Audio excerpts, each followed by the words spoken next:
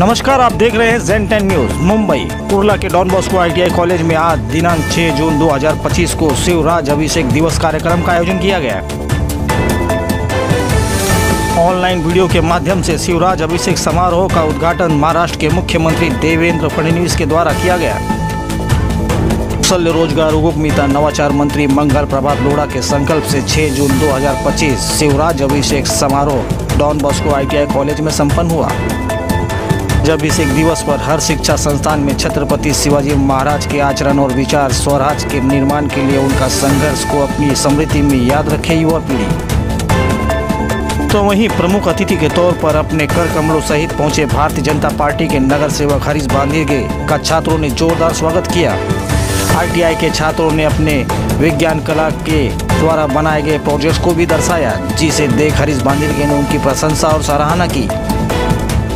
छात्रों के द्वारा अपने स्वागत को देख हरीश बांधीगे ने मनपूर्वक छात्रों का आभार प्रकट किया। प्रमुख वक्ता के तौर पर पहुंचे एडवोकेट श्री अफरोज शाह का भी जोरदार स्वागत किया गया।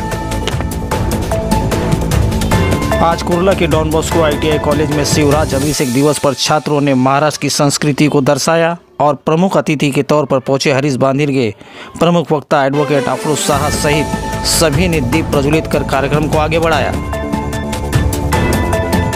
कुर्ला के डॉन बॉस्को ITI कॉलेज से देखिए हमारी एक खास रिपोर्ट।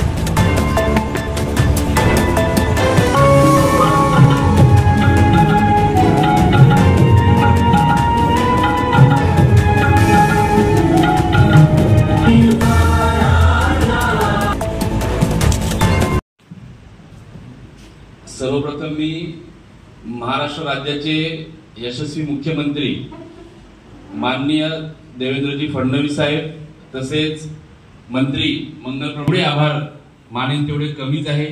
कारण आजच्या दिवशी सर्व पूर्ण महाराष्ट्रामध्ये सर्व संस्थांमध्ये इन्स्टिट्यूटमध्ये शिवराज्याभिषेक दिन कार्यक्रम हा त्यांनी ठेवला, त्याबद्दल खरंच आमच्यासारख्या असंख्य हजारो लाखो शिवप्रेमींच्या तर्फे मी त्यांचे नतमस्तक होऊन आभार मानतो। आणि इथे डॉन बॉस्कोचे सर्व प्राचार्य विद्यार्थी यांनी उत्तम कार्यक्रम ठेवलेला आहे, त्यांचेही मी आभार मानतो।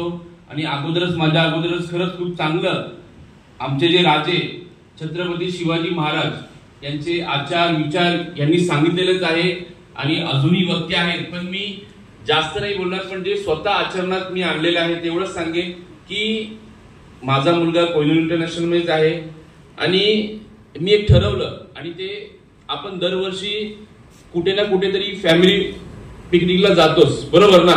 तर मी गत काही वर्षापासून ठरवलेलं आहे की प्रत्येक एक किल्ला हा दाखवायचा आणि विथ फॅमिली। म्हणजे सुरुवात मी रायगड किल्ल्यापासून केली, त्यानंतर मी पन्हाळा किल्ला दाखवला, प्रतापगड दाखवला। म्हणजे दरवर्षी मी फॅमिली एक आपण पिकनिक करतो ना, मग काय आहे की तिथे गेल्यानंतर जे भावी पिढी आहे त्यांना समजले पाहिजे आणि खास करून इथे सर्व स्टुडंट आहेत, इंजिनियर्स आहेत, देशाचे भविष्य आहे।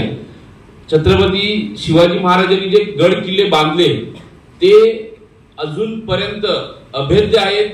अजून आपण बघतो की जे 15 वर्षापूर्वीच्या बिल्डिंगही कधी कधी कोसळतात, पण आज जे गड किल्ले आहेत ते अजूनपर्यंत अभेद्य आहेत।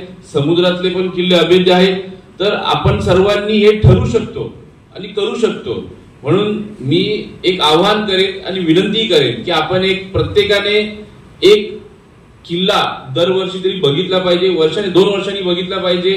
तिथे जाऊन खास करून इंजिनियर जे आहेत भविष्य आहेत त्यांना कळेल की काय टेक्निक यूज झालेली आहे आणि म्हणून ते अभेद्य आहेत। आणि खास करून मुलांसाठी की त्यांना कळले पाहिजे छत्रपती शिवाजी महाराज यांनी जे शासन केलं, सर्व जाती धर्म पंथांना समान न्याय देऊन शासन केलं। सांगेन इथे कार्यक्रम अप्रतिम ठेवला, त्याबद्दल मी प्राचार्य विद्यार्थी यांचे मनापासून आभार मानेन आणि इथे मला बोलवलं, जो मान सन्मान दिला त्याबद्दलही मी नतमस्तक होऊन मी खरंच तुमचे आभार मानेन। खूप खूप धन्यवाद। जय हिंद, जय महाराष्ट्र।